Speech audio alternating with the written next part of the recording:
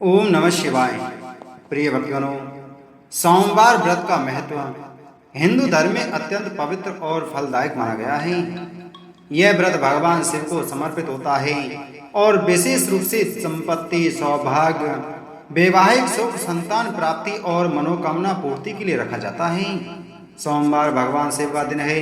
इस दिन व्रत रखकर जल, बेल पत्र, दूध आदि से शिवलिंग का अभिषेक करने से शिव जी शीघ्र प्रसन्न होते हैं।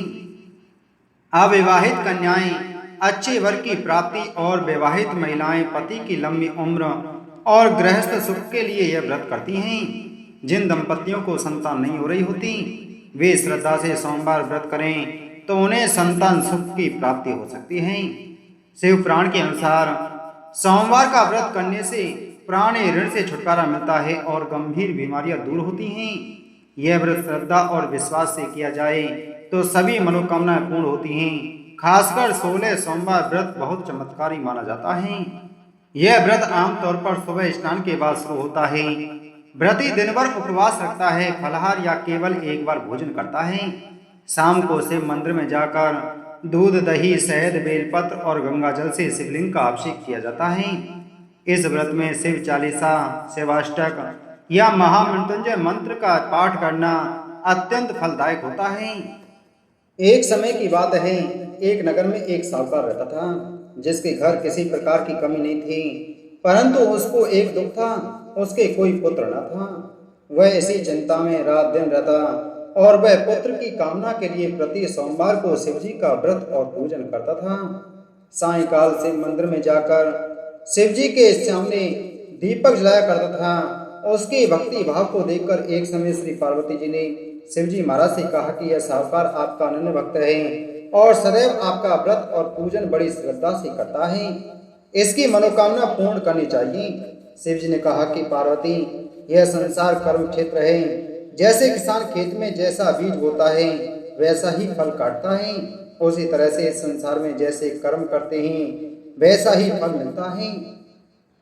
पार्वती जी ने अत्यंत आग्रह से कहा कि महाराज, जब यह आपका भक्त है और यदि इसको किसी प्रकार का दुख है तो उसको अवश्य दूर करना चाहिए, क्योंकि आप सदैव अपने भक्तों पर दयालु हैं, उनके दुखों को दूर करते हैं। यदि आप ऐसा ना करेंगे तो मनुष्य क्यों आपकी सेवा व्रत करेंगे।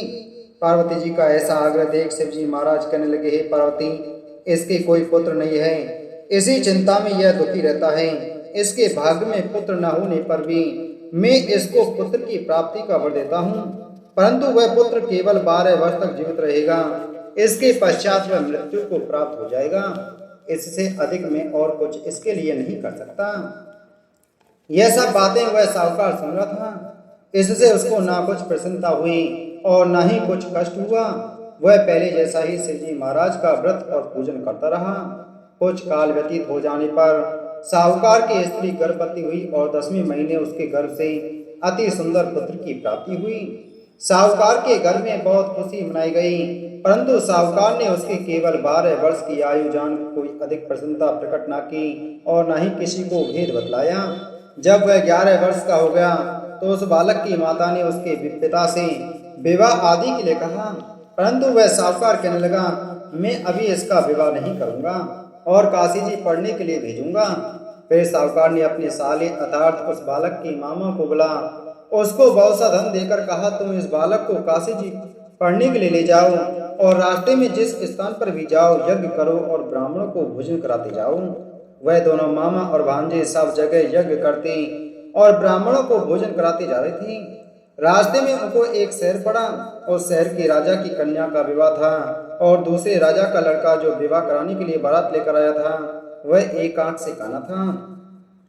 उसके पिता को इस बात की बड़ी चिंता थी कि कहीं वर को देखकर कन्या के माता पिता विवाह में किसी प्रकार की अड़चन पैदा न कर दें। इस कारण जब उसने अति सुंदर सेठ के लड़के को देखा तो मन से विचार किया कि क्यों ना दूल्हे के कपड़े पहनाकर इसको विवाह के लिए जाएं। फिर उसको वर के कपड़े पहना तथा घोड़ी पर चढ़ा विवाह के लिए ले गए और बड़ी सुंदरता से सब कार्य हो गया। वर के पिता ने सोचा, यदि विवाह कार्य भी इसी लड़के से करा दिया जाए तो क्या बुराई है। ऐसा विचार कर लड़के और उसके मामा से कहा, यदि आप फेरों और कन्यादान का काम भी करा दें तो आपकी बड़ी कृपा होगी और हम इसके बदले में बहुत कुछ धन दे देंगे। उन्होंने स्वीकार कर लिया और विवाह कार्य भी बहुत अच्छी तरह से हो गया। परंतु जिस समय लड़का जाने लगा तो उसने राजकुमारी के चुनरी के पल्ले पर लिख दिया कि तेरा विवाह तो मेरे साथ हुआ है, परंतु जिस राजकुमार के साथ तुमको भेजेंगे वह एक आंख से काना है। मैं तो काशी जी पढ़ने जा रहा हूँ। उस राजकुमारी ने जब चुनरी पर ऐसा लिखा हुआ पाया तो उसने राजकुमार के साथ जाने से मना कर दिया और कहा कि यह मेरा पति नहीं है, मेरा विवाह इसके साथ नहीं हुआ, मेरा पति तो काशी जी पढ़ने गया है। राजकुमारी के माता पिता ने अपनी कन्या को विदा नहीं किया और बारात वापस चली गई। उधर वह सेठ का लड़का और उसका मामा काशी जी पहुंच गए। वहां जाकर उन्होंने यज्ञ करना और लड़के ने पढ़ना शुरू कर दिया। जब वह लड़के की आयु 12 साल की हो गई तब एक दिन उन्होंने यज्ञ रच रखा था कि लड़के ने अपने मामा से कहा कि मामा जी आज तो मेरी तबीयत ठीक नहीं है। मामा ने कहा कि अंदर जाकर सो जाओ। लड़का अंदर जाकर सो गया और थोड़ी देर में उसके प्राण निकल गए। जब उसके मामा ने आकर देखा तो वह मुर्दा पड़ा था तो उसको बहुत दुख हुआ और उसने सोचा कि मैं तो अभी रोना पीटना मचा दूंगा तो यज्ञ का कार्य अधूरा रह जाएगा। अतः उसने जल्दी से यज्ञ का कार्य समाप्त कर ब्राह्मणों को जाने के बाद रोना पीटना आरंभ कर दिया। संयोगवश उसी समय से पार्वती जी उधर से जा रही थी। पार्वती जी कहने लगी महाराज कोई दुखिया रो रहा है, इसके कष्टों को दूर करो। तब शिव जी बोले इसकी आयु इतनी थी सो भोग चुका। पार्वती ने कहा कि महाराज कृपा करके इस बालक को और आयु दो, अन्यथा इसके माता पिता तड़प तड़प कर मर जाएंगे। पार्वती जी के इस प्रकार बार बार आग्रह करने पर शिव जी ने उसको जीवन दान दिया और शिव जी की कृपा से लड़का जीवित हो गया।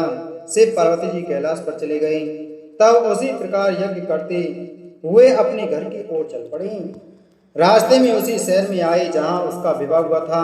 वहां पर आकर उन्होंने यज्ञ किया तो लड़के के ससुर ने पहचान लिया और अपने घर ले जाकर बड़ी खातिर के साथ ही बहुत दास दासियों के सहित आदर पूर्वक लड़की और जमाई को विदा किया। जब वह अपने नगर के निकट आए तो मामा ने कहा कि मैं पहले तुम्हारे घर जाकर सबको खबर कराता हूँ। उस समय लड़के के माता पिता अपने घर की छत पर बैठे हुए थे और उन्होंने यह प्रण कर रखा था कि हमारा पुत्र सकुशल घर पर आए तो राजी खुशी नीचे उतर आ जाएंगे, अन्यथा छत से गिरकर अपने प्राण खो देंगे। इतने में उस लड़के के मामा ने जाकर यह समाचार दिया कि आपका पुत्र आ गया है, परंतु उनको विश्वास नहीं आया। तब उसके मामा ने शपथ पूर्वक कहा कि आपका पुत्र अपनी पत्नी के साथ बहुत सारा धन लेकर आया हुआ है। तो सेठ ने आनंद के साथ उसका स्वागत किया और बड़ी प्रसन्नता से रहने लगे। इसी प्रकार जो कोई भी इस कथा को पढ़ता या सुनता है उसके भी सब दुख दूर होकर उसकी समस्त मनोकामनाएं पूर्ण होती हैं। बोलो शिव शंकर भगवान की जय। 16 सोमवार व्रत की कथा। मृत्यु लोक में भ्रमण करने की इच्छा करके एक समय श्री भूतनाथ महादेव जी माता पार्वती के साथ पधारे। वहां वे भ्रमण करते करते विदर्भ देशांतर्गत अमरावती नाम की अति रमणीक नगरी में पहुंचे। अमरावती नगरी स्वर्ग के सदृश सब प्रकार के सुखों से परिपूर्ण थी। उसमें वहां के महाराज का बनाया हुआ अति रमणीक शिव जी का मंदिर बना था। उसमें कैलाशपति अपनी धर्मपत्नी के साथ निवास करने लगे। एक समय माता पार्वती अपने प्राणपति को प्रसन्न देख मनोविनोद करने की इच्छा करके बोली। ऐसे प्रश्न करने लगी, हे महाराज आज तो हम तुम दोनों चौसर खेलेंगे। शिव जी ने प्राण प्रिया की बात को मान लिया और चौसर खेलने लगे। उस समय इस स्थान पर मंदिर का पुजारी ब्राह्मण मंदिर में पूजा करने को आया। माता जी ने पुजारी से प्रश्न किया कि पुजारी जी बताओ इस बाजी में किसकी जीत होगी। पुजारी ने बिना सोचे शीघ्र ही बोल उठा कि महादेव जी की जीत होगी। थोड़ी देर में बाजी समाप्त हो गई और पार्वती जी की विजय हुई। तो पार्वती जी ने पुजारी को झूठ बोलने के अपराध के कारण कोढ़ी होने का श्राप दे दिया। कुछ समय में पुजारी के शरीर में कोढ़ पैदा हो गया। पुजारी अनेक प्रकार के दुखों से दुखी रहने लगा। इस तरह से कष्ट पाते पाते जब बहुत दिन हो गए तो देवलोक की अप्सराएं शिव जी की पूजा करने उसी मंदिर में आईं और पुजारी के कोढ़ के कष्ट को देख बड़े दया भाव से उससे रोगी होने का कारण पूछने लगी। पुजारी ने निसंकोच से वे सब बात उनसे कह दी। तब भी अप्सराएं बोली, है पुजारी अब तुम अधिक दुखी मत होना, भगवान शिव जी तुम्हारे कष्ट को दूर कर देंगे। तुम सब व्रतों में श्रेष्ठ जो 16 सोमवार का व्रत है उसको भक्ति के साथ करो। तब पुजारी अप्सराओं के हाथ जोड़कर विनम्र भाव से 16 सोमवार की व्रत की विधि पूछने लगा। अप्सराएं बोली कि जिस दिन सोमवार हो उस दिन भक्ति भाव के साथ व्रत करें। स्वच्छ वस्त्र पहने, आधा शेर अच्छे बिने, स्वच्छ गेहूं का आटा लें, उसके 3 अंगा बनावे और घी गुड़ नैवेद्य पुंगी फल बेलपत्र जनेऊ जोड़ा चंदन अक्षत पुष्प आदि द्वारा प्रदोष काल में भगवान शिव का विधि के साथ पूजन करें। तत्पश्चात अंगाओं में से एक शिवजी को अर्पण करें, बाकी 2 को शिवजी की प्रसादी समझकर उपस्थित जनों में बांट दें और आप भी प्रसाद पावें। इस विधि से 16 सोमवार व्रत करें। तत्पश्चात 17वें सोमवार के दिन बाप से पवित्र गेहूं के आटे की बाटी बनावे, उसमें तदनुसार घी और गुड़ मिलाकर चूरमा बनावे और शिव जी का भोग लगाकर उपस्थित भक्तों में बांटे। पीछे आप सुकुटुंब सहित प्रसाद लेवें तो भगवान शिव जी की कृपा से उसके सब मनोरथ पूर्ण हो जावे। ऐसा कहकर अप्सराएं स्वर्ग को चली गईं। ब्राह्मण ने यथाविधि 16 सोमवार व्रत किया। भगवान शिव जी की कृपा से रोग मुक्त होकर आनंद से रहने लगा। कुछ दिन बाद जब फिर शिव जी और पार्वती जी उस मंदिर में पधारे, तब पुजारी को निरोग देखकर पार्वती जी ने पुजारी से रोग मुक्ति का कारण पूछा तो पुजारी ने 16 सोमवार व्रत कथा कह सुनाई। तब तो पार्वती जी ने अति प्रसन्न हो ब्राह्मण से व्रत की विधि पूछकर व्रत करने को तैयार हुई, जिसके कारण उनके रूठे हुए पुत्र कार्तिकेय स्वयं माता की आज्ञाकारी हुए। कार्तिकेय को अपने यह विचार परिवर्तन का रहस्य जानने की इच्छा हुई और माता से बोले, हे माता जी, आपने ऐसा कौन सा उपाय किया जिससे मेरा मन आपकी ओर आकर्षित हुआ। तब पार्वती जी ने वही 16 सोमवार व्रत कथा उनको कह सुनाई। तब वे बोले कि इस व्रत को मैं भी करूंगा, क्योंकि मेरा प्रिय मित्र ब्राह्मण बहुत दुखी दिल से परदेश गया है, हमें उससे मिलने की बहुत इच्छा है। तब कार्तिकेय जी ने इस व्रत को किया और उनका प्रिय मित्र मिल गया।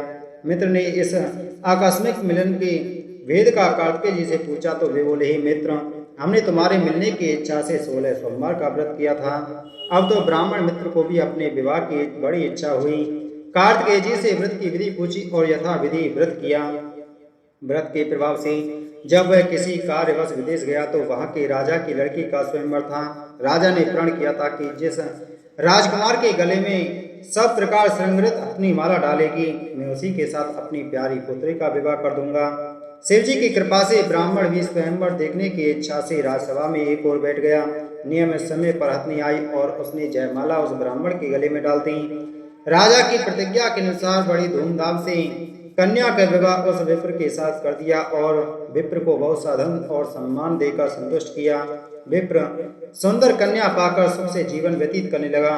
एक दिन राजकन्या ने अपने पति से प्रश्न किया, हे प्राणनाथ, आपने ऐसा कौन सा भारी पुण्य किया जिसके प्रभाव से अग्नि ने सब राजकुमारों को छोड़कर आपको वरण किया। ब्राह्मण बोला, हे प्राण प्रिय, मैंने अपने मित्र कार्तिकेय जी की कथानुसार 16 सोमवार का व्रत किया, जिसके प्रभाव से मुझे तुम जैसी स्वरूपवान लक्ष्मी प्राप्त हुई। व्रत की महिमा को सुनकर राजकन्या को बड़ा आश्चर्य हुआ और वह भी पुत्र की कामना करके व्रत करने लगी। शिव जी की दया से उसके गर्भ से एक विद्वान पुत्र उत्पन्न हुआ। माता पिता दोनों उस पुत्र को पाकर प्रसन्न हुए और उसका पालन भली प्रकार से करने लगे। जब पुत्र समझदार हुआ तो एक दिन अपनी माता से प्रश्न किया, माता, तुमने कौन सा तप किया है जो मेरे जैसा पुत्र तेरे गर्भ से उत्पन्न हुआ। माता ने 16 सोमवार व्रत को विधि सहित पुत्र के सम्मुख प्रकट किया। पुत्र ने ऐसे सरल व्रत को और सब तरह के मनोरथों को पूर्ण करने वाला सुना तो वह भी इस व्रत को राज्य अधिकार पाने की इच्छा से करने लगा और हर सोमवार को यथा विधि व्रत करने लगा। उसी समय एक देश के वृद्ध राजा के दूतों ने आकर उसको एक राजकन्या के लिए वरण किया। राजा ने अपनी पुत्री का विवाह ब्राह्मण युवक के साथ करके बड़ा सुख प्राप्त किया।